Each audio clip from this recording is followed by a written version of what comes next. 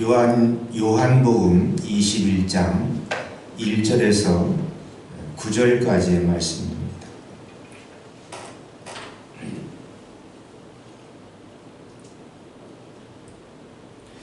요한복음 21장 1절에서 9절까지의 말씀을 제가 공독해 드리겠습니다. 그 후에 예수께서 디베랴 호수에서 또 제자들에게 자기를 나타내셨으니 나타내신 일은 이러하니라.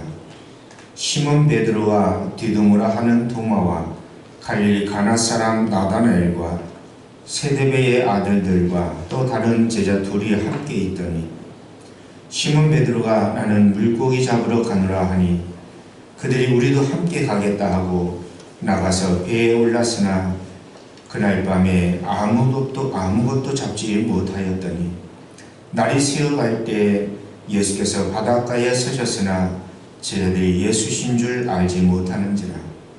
예수께서 이르시되 얘들아 너에게 고기가 있느냐 대답하되 없나이다.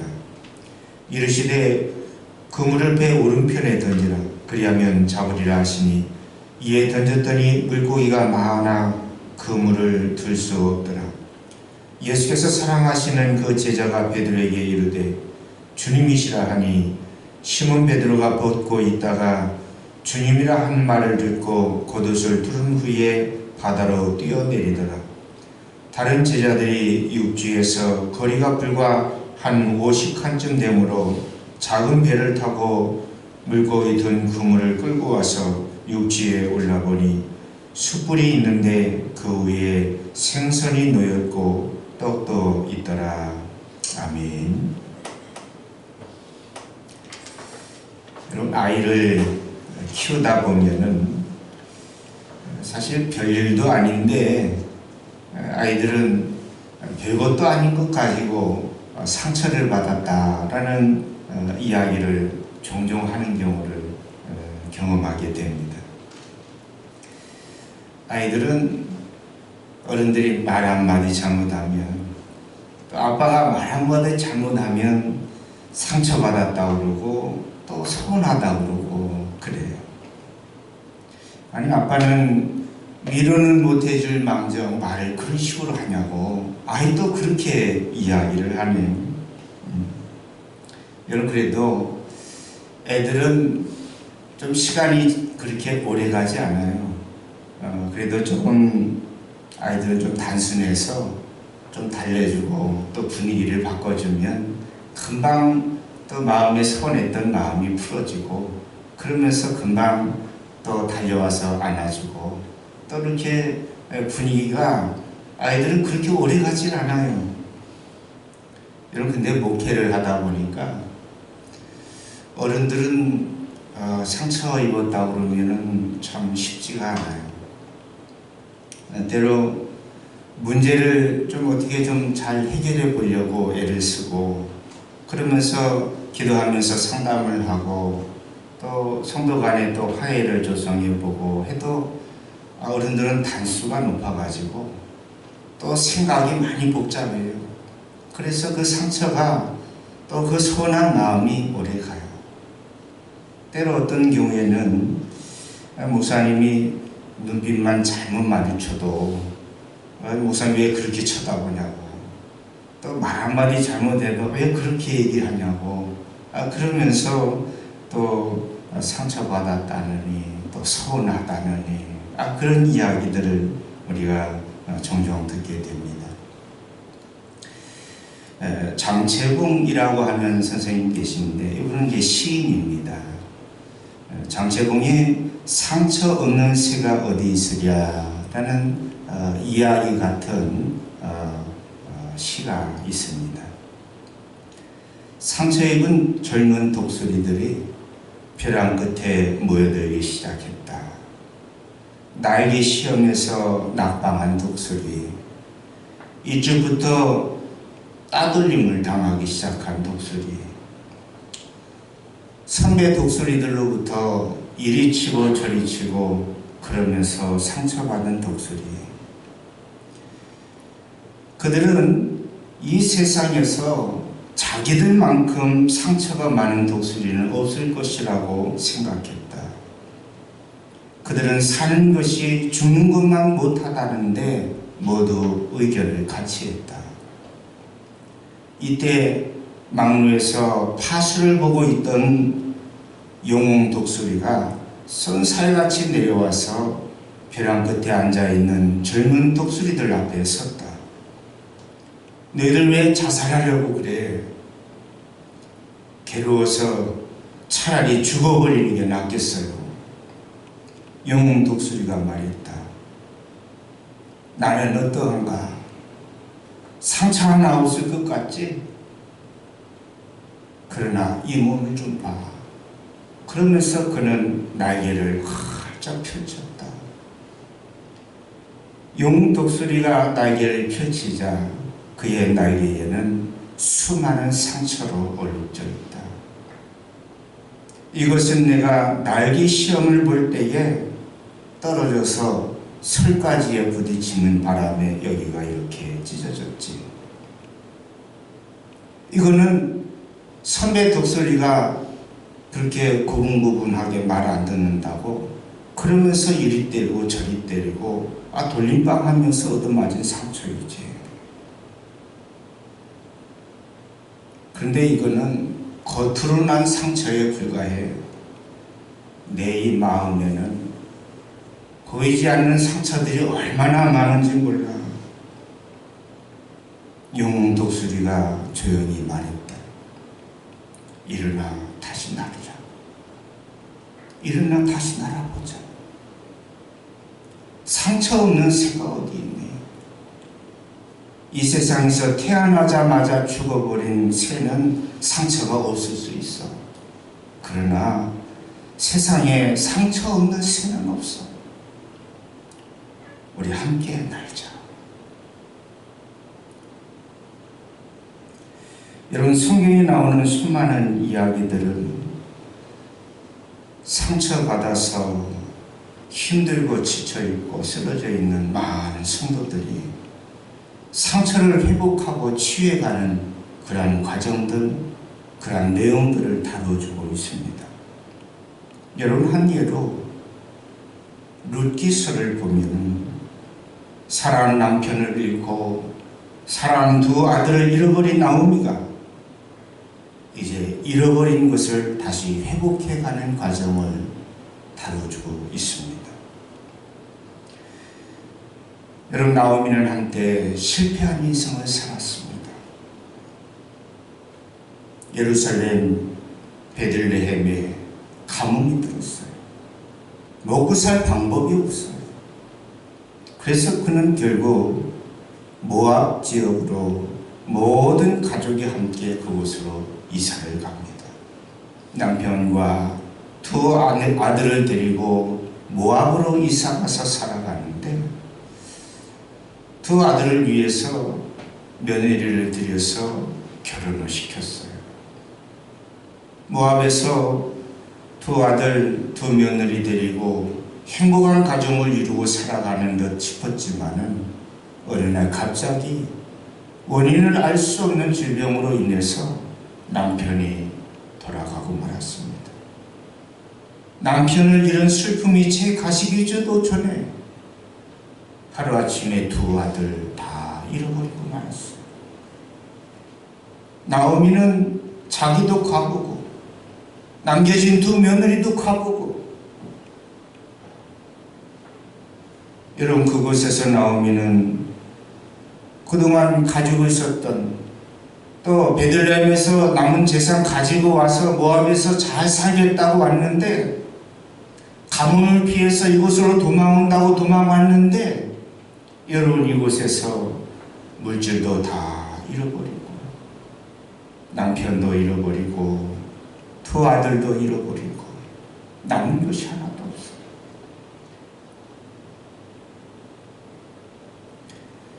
나오미가 고향으로 돌아왔습니다. 고향으로 돌아왔는데 나오미를 잘 아는 사람들이, 나오미를 그동안 함께 예루살렘에 있을 때, 베들레헴에 있을 때에 함께 했던 이웃들이 나오미에게 나오미가 돌아왔다. 나오미가 돌아왔다. 그런데 너 왜 혼자 왔니? 여러분, 나오미라고 하는 이름은 기쁨이라는 뜻을 가지고 있어요. 나오미의 이름은 기쁨입니다. 근데 나오미가 동네 사람들에게 그렇게 말합니다. 이제 더 이상 나를 나오미라고 부르지 마세요. 내 안엔 기쁨이 없습니다. 나를 나오미라고 하지 말고 마라라고 불러주세요. 여러분, 마라라고 하는 뜻은 쓰다라는 의미를 가지고 있어요. 나는 기쁨이 없습니다. 내 인생은 쓰디 쓴 마라와 같은 물입니다. 내 인생은 쓰다라는 거예요. 그래서 나를 나오미라고 부르지 말고 마라라고 불러달라고 말합니다. 여러분, 그런데 이런 이 나오미가 모압에 나가서 모든 것을 다 잃어버리고 고향으로 돌아와서 하나님의 은혜 가운데 그의 삶이 다시금 회복되어져 가는 내용을 다루고 있는 것이 오늘 룻기서입니다. 여러분 잘 아시는 욥은 또한 어떻습니까? 여러분, 욥은 당대의 동방에서 가장 큰 부자라고 그랬습니다. 동방에서 가장 큰 부자. 요즘 세계에서 가장 큰 부자가 여러분 누굽니까? 빌 게이츠쯤 되나요? 그만큼 어마어마한 부를 누리고 살아왔던 사람이 욥이에요. 그런데 그런 하루아침에 사랑하는 자녀들을 다 잃어버립니다. 그런 하루아침에 그가 누렸던 수많은 물질과 부와 명예를 다 잃어버려요. 수많은 종들, 자기 식솔들을 거느리고 있었는데 모든 사람들이 다 떠나갑니다. 급기야는 물질을 잃었지요. 자녀들을 잃었지요. 급기야는 건강까지 잃어버리고 말아요. 여러분, 그런데 욥은 변함없이 하나님 앞에 서 있어요. 욥에게 어마어마한 고난과 시련이 그에게 닥쳐왔음에도 불구하고 그는 여전히 기도의 자리를 떠나지 않습니다. 욥의 고난이 욥기 1장에서 시작되는데 여러분, 욥기 2장부터 욥기 42장까지 온통 욥기 전체는 욥이 하나님 앞에서 기도하면서 씨름하면서 토해낸 기도의 내용들.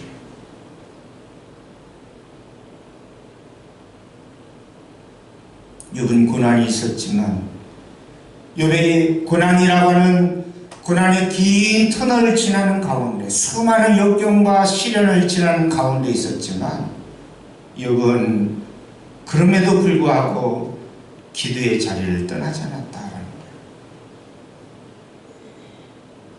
여러분, 그런데 그가 고난의 터널을 지나고 나서 그의 모든 상처를 딛고 일어나서 다시금 하나님의 은혜를 경험하는 그런 사람이 되었다는 거죠. 여러분, 이것이 우리가 욥기서를 읽으면서 배우는, 욥을 통해서 배울 수 있는 영적인 교훈입니다. 여러분, 베드로는 한때 모든 것을 버리고 예수님을 따랐던 사람입니다. 가장 가까이에서 예수님을 따랐고 또 때로는 많은 사람들이 베드로를 이끌어서 예수님의 수제자라고 이끄는 사람입니다. 여러분, 그런데 이제 더 이상 베드로는 얼굴을 들고 다닐 수가 없는 사람이 됐어요.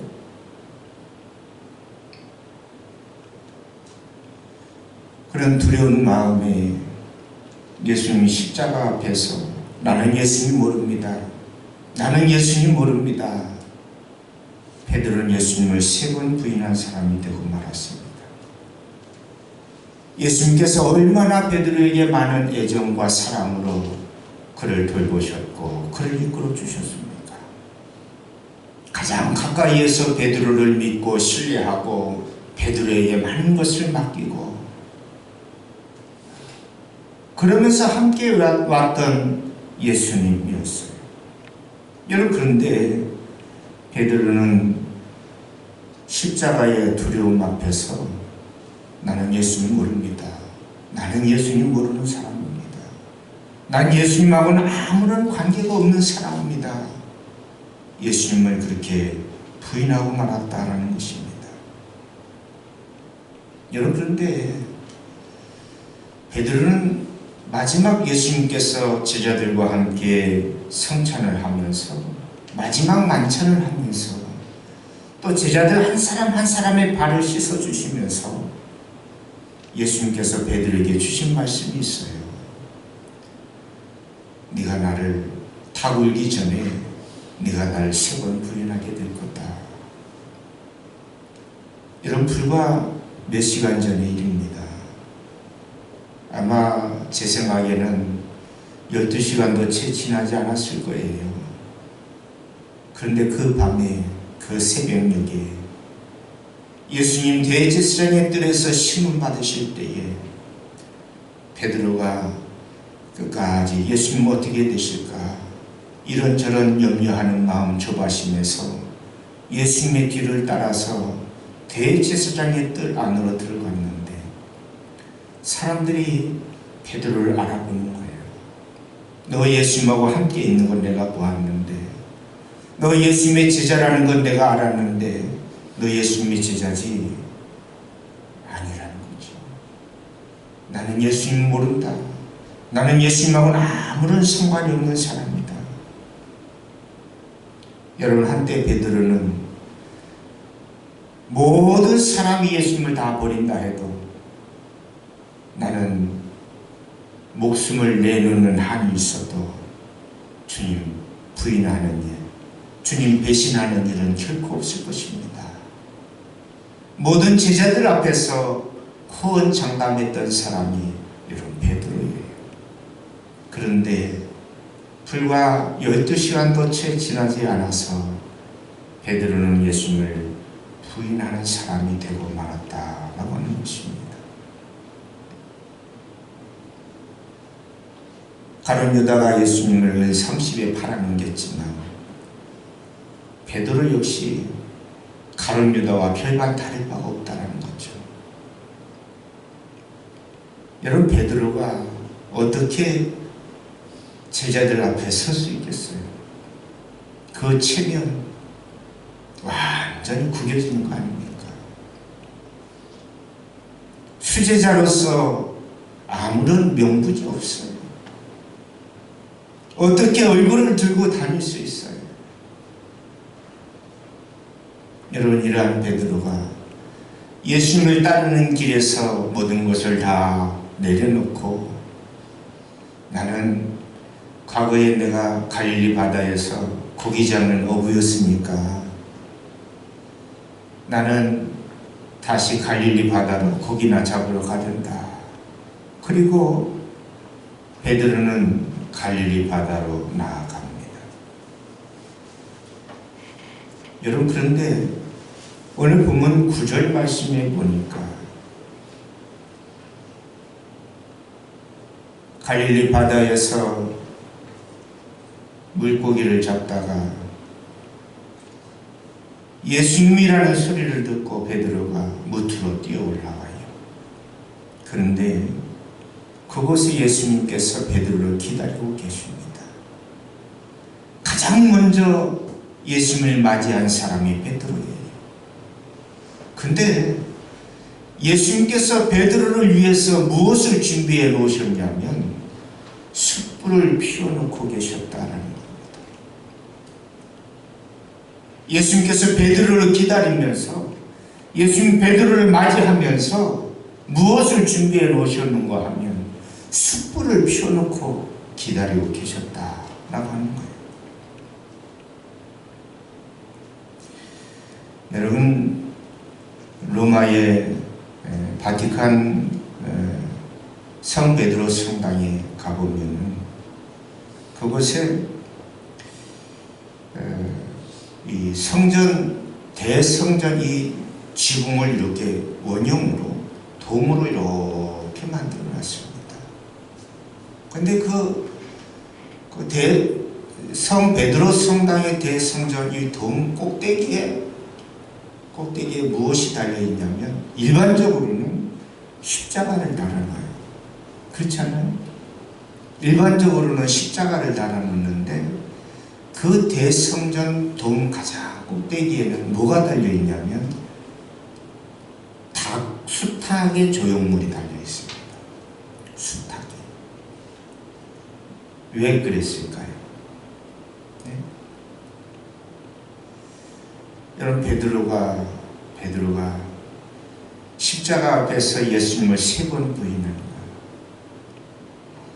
닭 울음소리를 듣고 그 새벽에 닭 울음소리를 듣고 내가 나를 닭 울기 전에 3번 나를 부인하리라 말씀하신 예수님의 말씀이 생각나서 그는 대제사장의 뜰에서 예수님 모른다고 3번 부인하다가 닭 울음소리를 듣고 그는 뛰쳐나가서 통곡하며 울었어. 하나님, 예수님, 저는 이렇게 연약한 사람입니다. 모든 사람이 다 예수님을 버리고 떠난다고 해도 내가 목숨을 내놓고 죽을지언정 나는 예수님 버리지 않겠습니다 라고 이야기했던 베드로인데 고작 문지기 낮고 천한 여종 앞에서 그런 예수님을 모른다고 3번이나 부인한 사람이 되고 말았다. 이런 성 베드로 성당의 그 원형 지붕을 덮고 있는 원형 돔 앞에 수탉이 한 마리 앉아 있어요. 베드로를 생각하는 겁니다. 이런 베드로는 닭 울음소리만 들으면 무엇이 생각나겠어요? 닭 울음소리만 나면 내가 예수님 부인한 게 생각납니다. 새벽마다 아침을 알리는 수탉의 울음소리에 그런 매같이 통회하고 자부하는 시간을 가졌다라고 하는 거예요. 여러분 그런데 이 베드로의 그 예수님을 따르는 길에서 실패한 베드로, 그것은 베드로에게 있어서 씻을 수 없는 상처죠. 잊지 못할 상처입니다.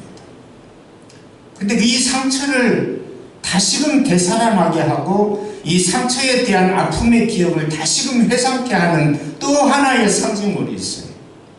닭 울음소리 말고 여러분 그것은 무엇이냐면 숯불. 베드로가 예수님 대제사장 앞에 끌려가서 심문받으시는 그 상황에 베드로도 역시 대제사장의 집으로 조심스럽게 들어가요.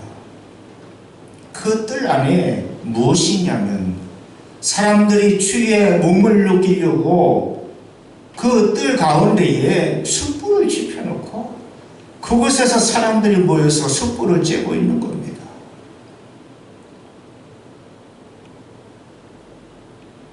베드로의 행동을 사람들이 이상하게 생각할까봐 베드로 역시도 그 사람들 틈바구니에 모여서 함께 숯불을 쬐고 있는데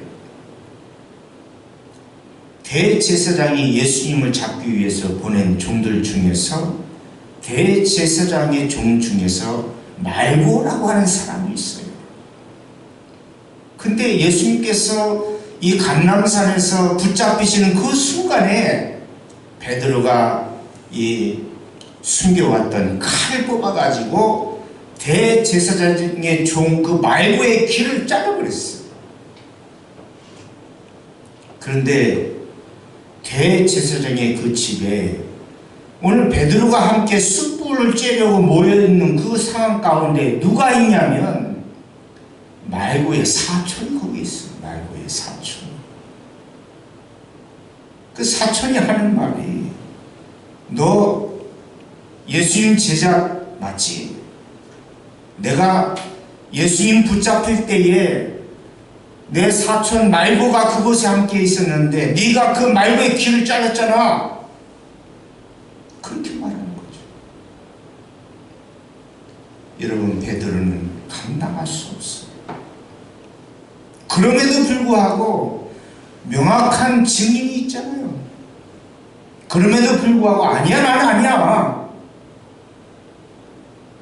그렇게 부인했던 사람이 베드로인데, 여러분, 무엇 앞에서? 숯불 앞에서.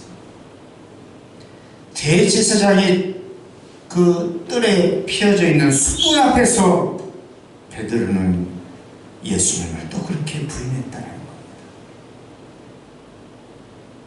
여러분, 예수님을 따르는 길에서 두려운 마음에 예수님을 부인했던 베드로.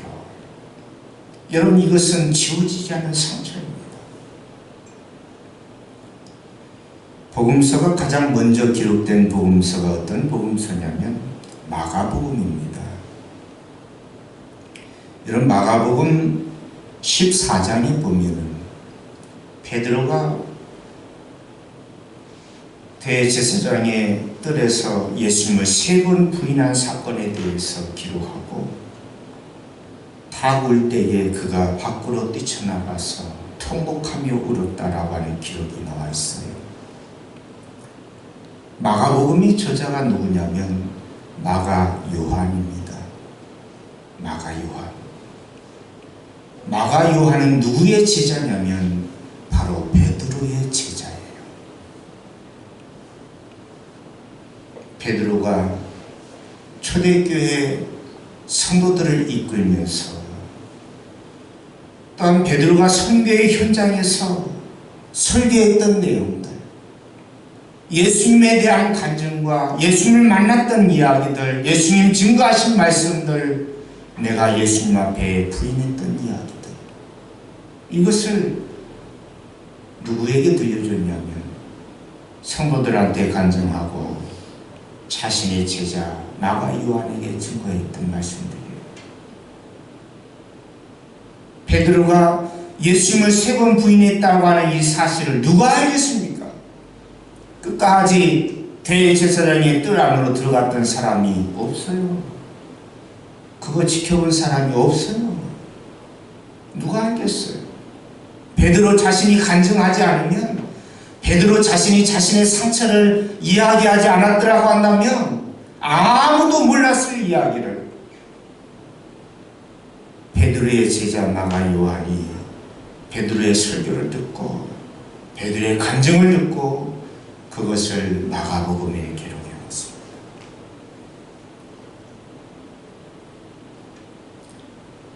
사랑하는 성도 여러분, 베드로는 초대교회 성도들에게 있어서 가장 칭송을 받는 그러한 사도입니다. 또 가장 존경을 받는 사도 중에 한 사람입니다. 여러분, 그런데 내가 그 정도 위치에 올라서면, 내가 그 정도 자리에 서게 되면은 내 과거, 내 부끄러웠던 과거의 수치와 상처들 성도들에게 알리고 싶지 않아요. 드러내고 싶지 않아요.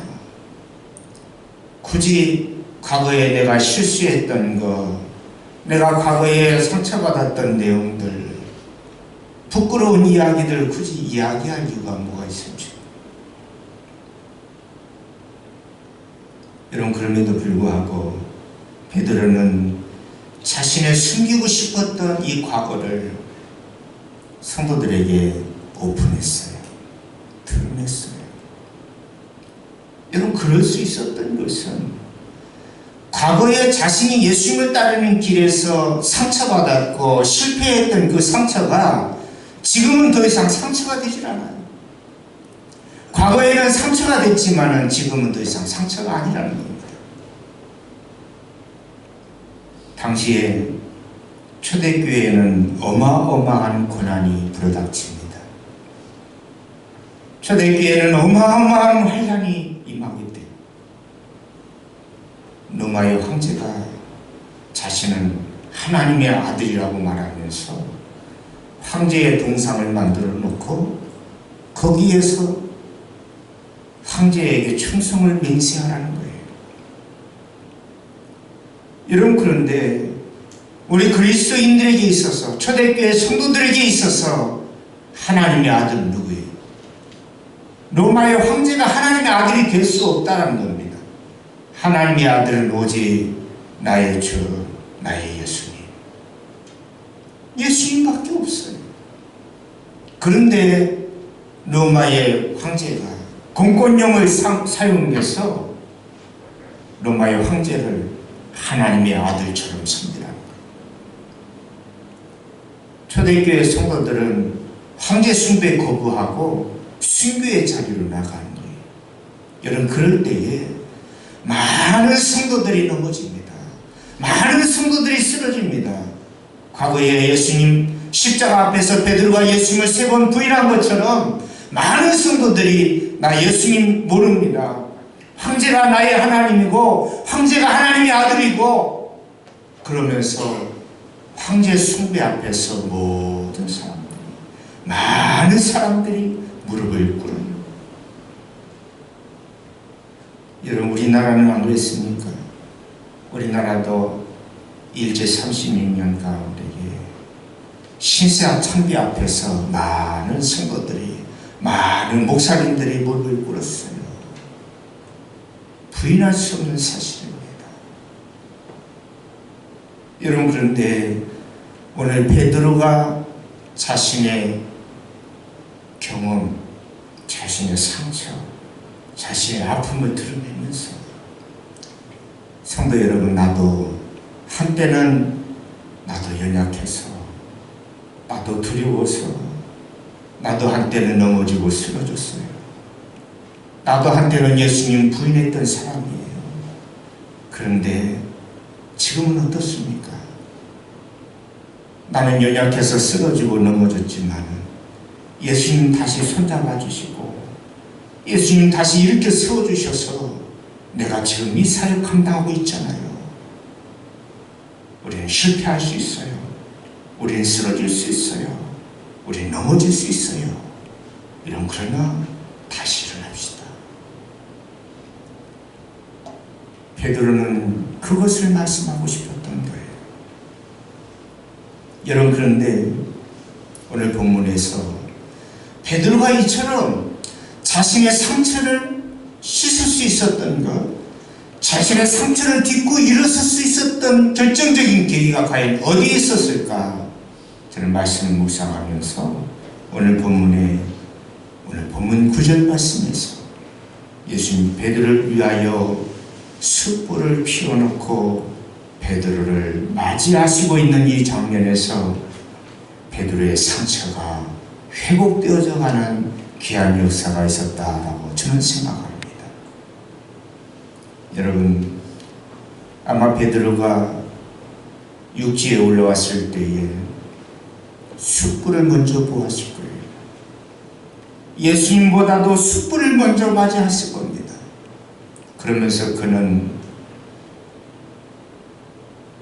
며칠 전에 예수님 십자가 지시는 그날에 그 새벽 이른 아침에 숯불 앞에서 예수님 부인했던 그 일들을 생각하지 않을 수가 없는 거예요. 여러분, 예수님께서 왜 베드로에게 숯불을 보여주셨겠습니까?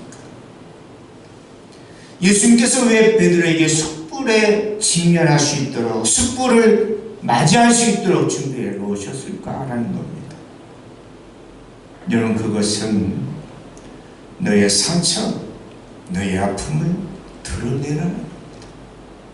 그거 묻어두지 말고, 그거 꾹꾹 억누르러 놓지 말고 드러내라는 거예요. 누구 앞에서? 예수님 앞에서 네 상처, 네 아픔 드러내라. 드러내라.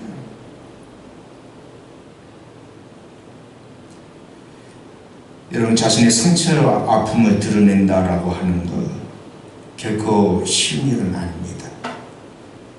그럼에도 불구하고 베드로는 자신의 아픔, 자신의 실수, 자신의 상처를 예수님 앞에서 과감하게 드러냅니다. 그는 비록 예수님을 3번 부인하는 결과를 가져왔지만 그는 다시 일어납니다. 예수님 앞에서 자신의 상처를 드러내고 회복의 길로 나아갑니다. 여러분, 상처는 우리의 생각, 우리의 말, 우리의 행동에 날카로운 가시를 만들어내요. 사단은 때로 우리의 상처를 조롱하기도 합니다. 사단은 우리의 상처를 이용해서 하나님을 원망하게 만들기도 합니다.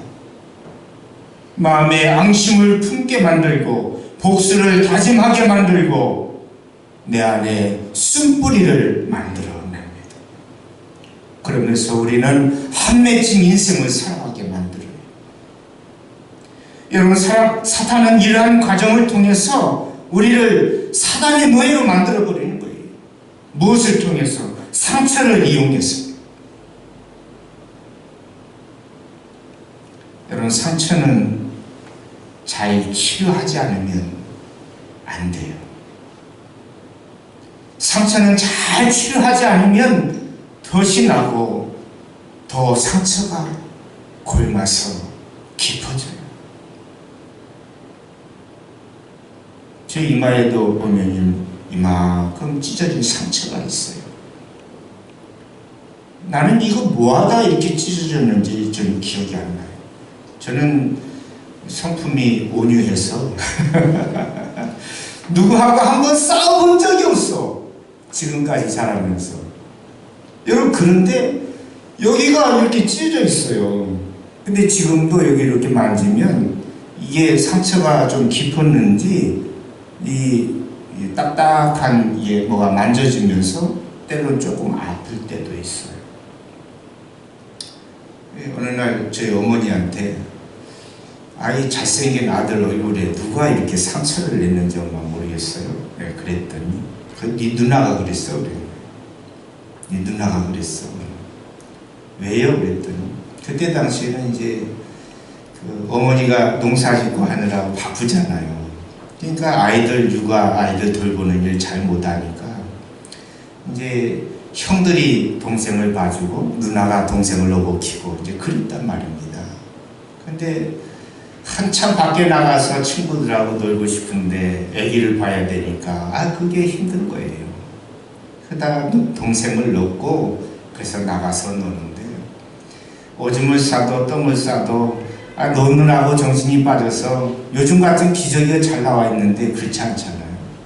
그래 그거 기저귀도 제대로 갈아주지도 못하고 그러면서 놀다가 어찌어찌하다 느리트려가지고 여기를 이만큼 찢어놓은 거야. 그런데 그때 바로 어떻게 조치하고 해줬으면 상처가 이렇게 깊진 않지요. 그런데 엄마한테 혼날까봐 그거 애기 놀다가 그렇게 뭐하다가 떨어뜨려서 그렇게 상처를 냈다고 이야기를 안 한 거예요. 그래가지고 여기 상처가 한 이만큼 찢어졌는데 그게 오랫동안 남아있어요. 여러분, 우리가 몸에 난 상처도 잘 이렇게 치료를 하지 않으면요 상처가 더 나고 상처가 깊어지고 오래가요. 흉이 가시질 않는단 말입니다. 여러분, 근데 문제는 마음에 난 상처는 치료가 어려워요. 몸에 난 상처는 꿰매고 약을 바르고 또 염증 치료를 하면은 잘 아물지만은 마음에 난 상처는 쉽게 가셔지지도 않아요. 여러분, 상처를 잘 치유하지 않으면 결국에는 그 상처에서 냄새가 나요. 그것으로 인해서 나 아닌 다른 사람에게 또 다른 상처를 주고 그러면서 살아간다는 말입니다. 여러분, 그런데 상처를 잘 싸매주고 상처를 잘 어루만져주고 상처를 잘 보담아주면 그 상처는 다른 사람의 아픔과 상처를 치유하는 능력이 있습니다. 여러분, 베드로의 상처는 치명적인 상처였어요. 예수님을 따르는 길에서 그는 실패했습니다. 예수님께서 그의 상처를 어루만져 주세요. 베드로가 숯불 앞에서 자신의 상처를 드러내고 예수님 앞에서 자신의 상처를 드러냈을 때에 예수님 베드로의 상처를 싸매시고 만져주시고 고쳐주세요. 베드로는 오늘 요한복음 21장에서 예수님의 사랑에 힘입었어. 베드로야, 내가 나를 사랑하느냐? 내가 나를 사랑하느냐? 내가 나를 사랑하느냐? 베드로는 예수님 모릅니다. 나는 예수님 모릅니다. 부인했지만 또다시 질문해요. 3번에 걸쳐서 예수님 베드로에게 묻습니다. 내가 나를 사랑하느냐? 내가 나를 사랑하느냐? 여러분, 내가 나를 사랑하느냐라는 예수님의 질문 앞에서 베드로는 과거의 상처를 다 씻어버려요. 과거에 예수님을 부인하고 예수님을 모른다고 생각해왔던 그 모든 삶을 다 씻어버리고 다시 일어서요.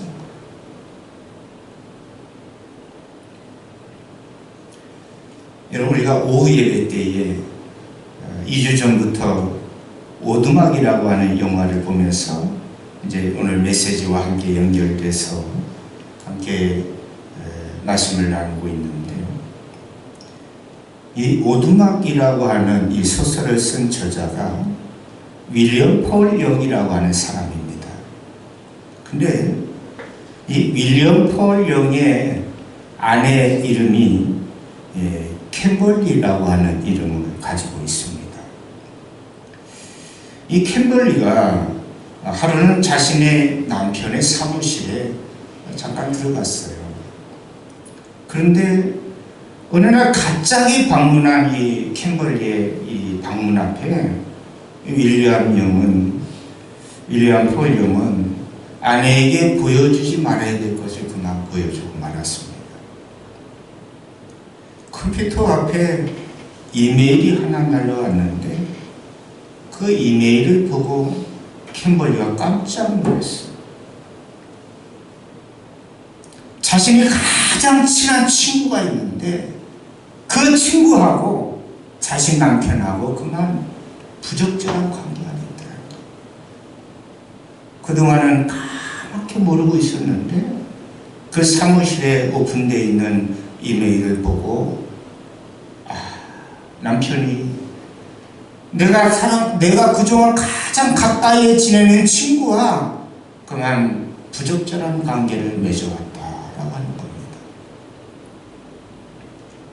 킴벌리는 분노하지 않을 수 없었습니다. 윌리엄 폴 영은 킴벌리에게 무릎을 꿇고 사죄했어요. 손이 발이 되도록 사죄했습니다. 여러분, 그런데도 캠벌리의 분노는 사그러지질 않았습니다. 그는 거짓으로 아내를 속이고 은폐해왔던 이 모든 것들이 하루아침에 다 드러나면서 그동안 자신의 삶을 지탱해오고 있었던 모든 것이 하루아침에 다 무너져 내리는 것 같았다라고 이야기합니다. 아내로부터 용서받지 못하고 그러면서 그는 삶을 포기하기로 결정을 해요. 그래서 멕시코에 있는 한 모텔에 들어가서 다량의 수면제를 먹고 자살을 계획했습니다. 근데 우연치 않은 계획에 어떤 사람이 그를 발견해서 그를 병원으로 데려가고, 그래서 위험한 고비를 가까스로 넘기게 된 그런 상황이 됐습니다. 가정이 파탄났지요. 윌리엄 폴 영은 절체절명의 위기에서 자신의 목숨을 달리하려고 계획했는데 그의 친한 친구가 찾아와서 이렇게 말합니다. 씨앗 하나만큼의 희망만 있다고 한다면 살아남아서 그 씨앗을 키워보라는 거예요. 눈에 보이지 않을 만큼 아주 작은 씨앗 하나, 그만큼의 희망만 있어도 살아남아서 그 희망의 씨앗을 키워보라는 거예요. 그 말에 힘입어서 윌리엄 폴 영이 상담가를 찾아가서 상담을 하면서 치료를 받습니다. 그러면서 그동안 아내에게 말하지 못했던 자신의 그 상처, 그것을 드러내기 시작하는 거예요. 그동안 그 누구에게도 드러내지 못했던 그 상처를 하나씩 하나씩 드러내기 시작합니다. 여러분, 결국 윌리엄 폴 영에게 있어서 자신의 아내의 친구와 부적절한 관계를 맺어가는 그런 이유도 무엇 때문에 그 안에 내재되어 있는 상처를 치유하지 못하고 회복하지 못하고 그 안에 영적인 공허함이 있는데 그것을 해결하지 못해서 다른 엉뚱한 방법으로 엉뚱한 방향으로 이게 튀어버리는 거예요. 그런 상담가와 또 치료를 받으면서 상담을 하는 그런 과정 속에서 자신이 내면에 그동안 알지 못했던, 깨닫지 못했던 깊은 상처들이 있다는 것을 발견하게 됩니다. 그러면서 그와 함께 11년 동안 치료를 받아. 11년 동안 치료를 받아. 그러고 나서 그가 쓴 책이 오두막입니다. 여러분, 이것은 단순한 소설이 아니에요. 그의 삶의 고백이에요. 그가 어떻게 해서 나의 상처와 아픔을 치유하고 회복해서 이 땅에 많은 사람들의 상처와 아픔을 어루만질 수 있는 그러한 책을 만들어냈다는 겁니다. 이게 오두막이에요. 여러분, 상처를 치유하는 것은 우리의 신앙생활의 가장 중요한 핵심 과제입니다. 여러분, 예수를 믿고 우리가 하나님의 사람, 하나님의 백성으로 살아가는 것, 여러분, 그 핵심은 내 안에 상처를 치유하는 겁니다. 여러분, 그런데 이 땅에 많은 성도들이 신앙생활을 열심히 하고 있는데 기도도 열심히 하고 봉사도 많이 하고 헌신도 많이 하는데 정작 내 안에 상처를 치유하는 방법을 몰라요. 여전히 신앙생활 20년, 30년에도 여전히 내 안에 상처가 그대로 남아있습니다. 그러다 보니까 신앙생활을 오래 한 사람이, 장로님이, 권사님이 말 한마디 속에서 또 다른 성도들에게 상처를 줍니다. 왜? 자신의 상처가 치유받지 못했기 때문에 그래요.